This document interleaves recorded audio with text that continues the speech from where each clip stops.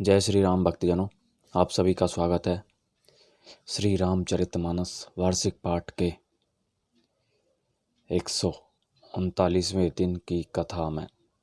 श्री रामचरितमानस वार्षिक पाठ में हम प्रतिदिन 3 दोहे और मंगलवार के दिन 6 दोहे पढ़ते हैं, जिससे हमारी संपूर्ण रामायण 1 वर्ष से पहले 11 महीने में पूर्ण हो जाती है। जिन भक्तजनों पे समय की कमी रहती है वे प्रतिदिन मात्र 10 से 15 मिनट देकर श्री रामचरितमानस पढ़कर अपना जीवन सफल बना सकते हैं। प्रभु श्री रामचंद्र शिव शंकर भोलेनाथ की कृपा दृष्टि पा सकते हैं। मनुष्य को जीवन में श्री रामचरितमानस एक बार अवश्य ही पढ़नी चाहिए, जिससे वे भक्ति और आध्यात्मिक मार्ग पर चलने की शुरुआत कर सकता है और अपने मनुष्य जीवन को सफल बना सकता है। श्री रामचरितमानस पढ़ने से हमें सद्बुद्धि प्राप्त होती है, धर्म मार्ग पर चलते हैं, बुरे कर्मों से दूर रहते हैं और हम अपने जीवन में सुख शांति प्राप्त कर सकते हैं। श्री रामचरितमानस का पाठ करने से पूर्व हम शिव शंकर भोलेनाथ पार्वती माता को प्रणाम व आह्वान करते हैं कि वे भी हमारी श्री रामचरितमानस में सम्मिलित हों और हमें अपना आशीर्वाद प्रदान करें। सर्वप्रथम शिव शंकर भोलेनाथ और पार्वती माता ने ही श्री रामचरितमानस की रचना की और इसे श्री राम नाम प्रदान किया, संसार जगत को हम नाम प्रदान किया।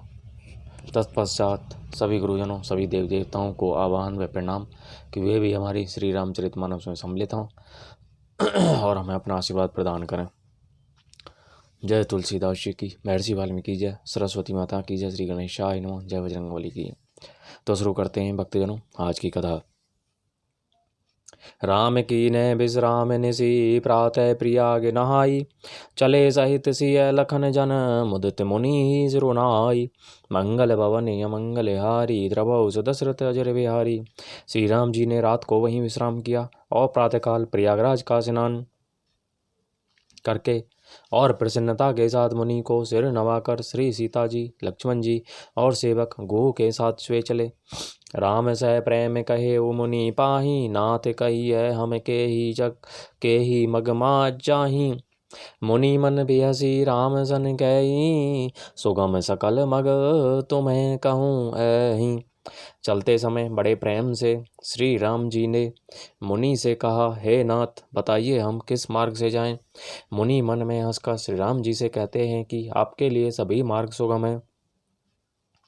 साथ लागी मुनि शिष्य बुलाए, सुनी मन मुदित पश्चासक आए। सबन ही राम पर प्रेम अपारा, सकल कई मगोदीक हमारा। फिर उनके साथ के लिए मुनि ने शिष्यों को बुलाया। साथ जाने की बात सुनते ही चित्त में हर्षित हो कोई 50 शिष्य आ गए। सभी का श्री राम जी पर अपार प्रेम है। सभी कहते हैं कि मार्ग हमारा देखा हुआ है। मुनि बटु चारी संग तब दीन्हे, जिन्हें बहु जन्म सुकृत सब कीन्हे। करी प्रणाम ऋषि आय सुपाई, प्रमोदित हृदय चले रघुराई।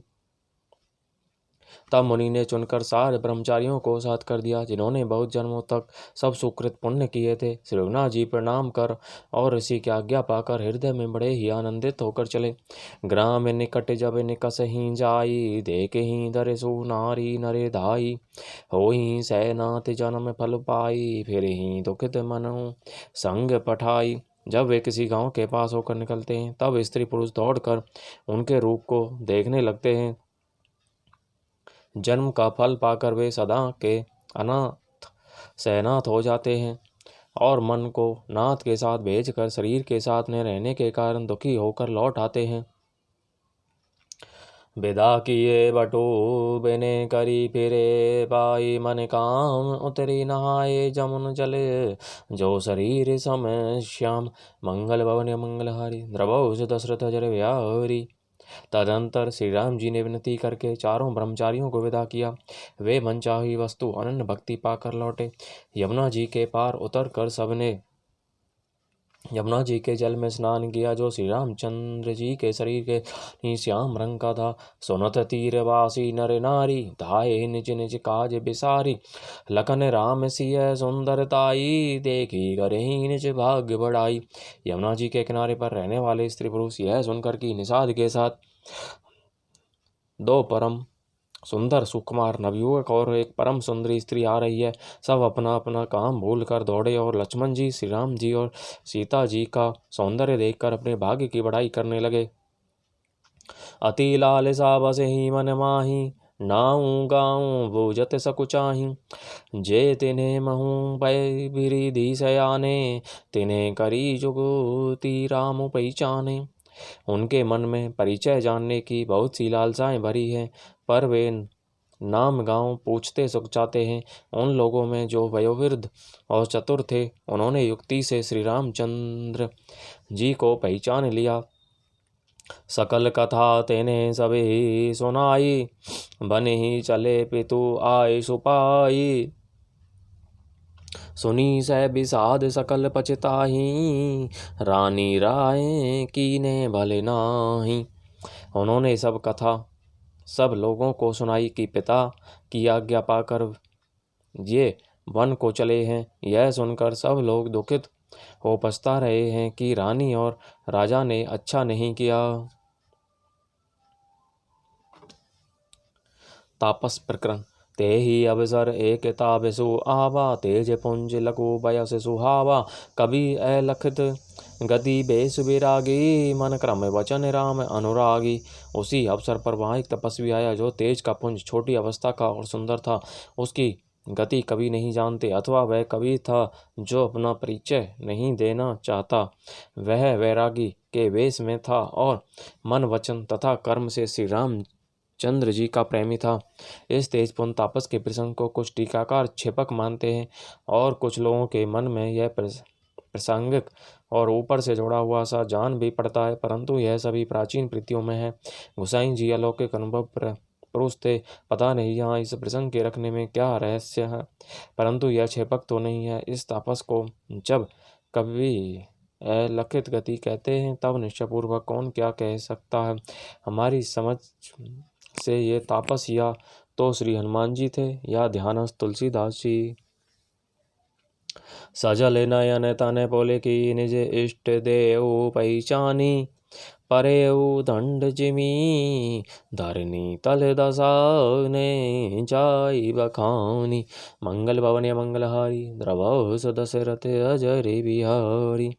अपने इष्ट देव को पहचान कर उसके नेत्रों में जल भराया और शरीर पुलकित हो गया। वह दंड की भांति पृथ्वी पर गिर पड़ा।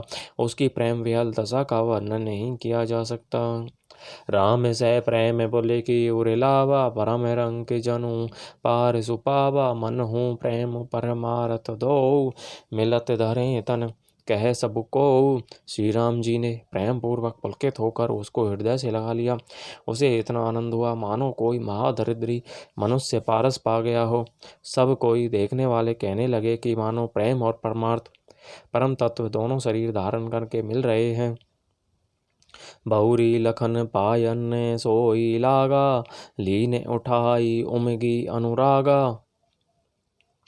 पुनि सिय चरण धूरि धरी सीसा, जननी जानी शिशु दीन असीसा। फिर वह लक्ष्मण जी के चरणों लगा। उन्होंने प्रेम से उमंग कर उसको उठा लिया। फिर उसने सीता जी की चरण धूलि को अपने सिर पर धारण किया। माता सीता जी ने भी उसको अपना छोटा बच्चा जानकर आशीर्वाद दिया। कीने निषाद दंडवत ते ही, मिले मुदित लखी राम सनेही। पियत नयन पुट रूप पीयूषा, मुदित सुवसिनु पाई जिमी भूखा। फिर निषाद राज ने उसको दंडवत की। श्री रामचंद्र जी का प्रेमी जानकर वह उस निषाद से आनंदित होकर मिला। वह तपस्वी अपने नेत्र रूपी दोनों से श्री राम जी की सौंदर्य सुधा का पान करने लगा और ऐसा आनंदित हुआ जैसे कोई भूखा आदमी सुंदर भोजन पाकर आनंदित होता है।